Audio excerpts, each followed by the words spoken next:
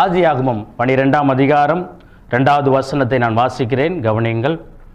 நான் உன்னை பெரிய ஜாதியாக்கி உன்னை ஆசீர்வதித்து உன் பேரை பெருமைப்படுத்துவேன், நீ ஆசீர்வாதமாய் இருப்பாய்.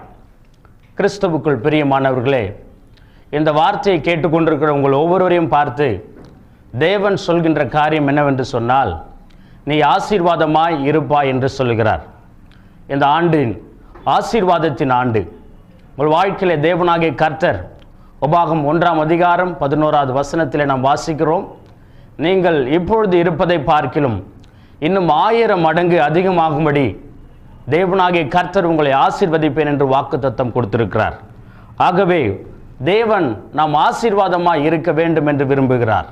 நம்முடைய குடும்பம் ஆசீர்வாதமாக இருக்க வேண்டும் என்று விரும்புகிறார். நம்முடைய பிள்ளைகள், நம்முடைய வேலை, எல்லா விதத்திலும் நீ ஆசீர்வாதமாக இருப்பாய் என்று தேவன் சொல்கின்றார்.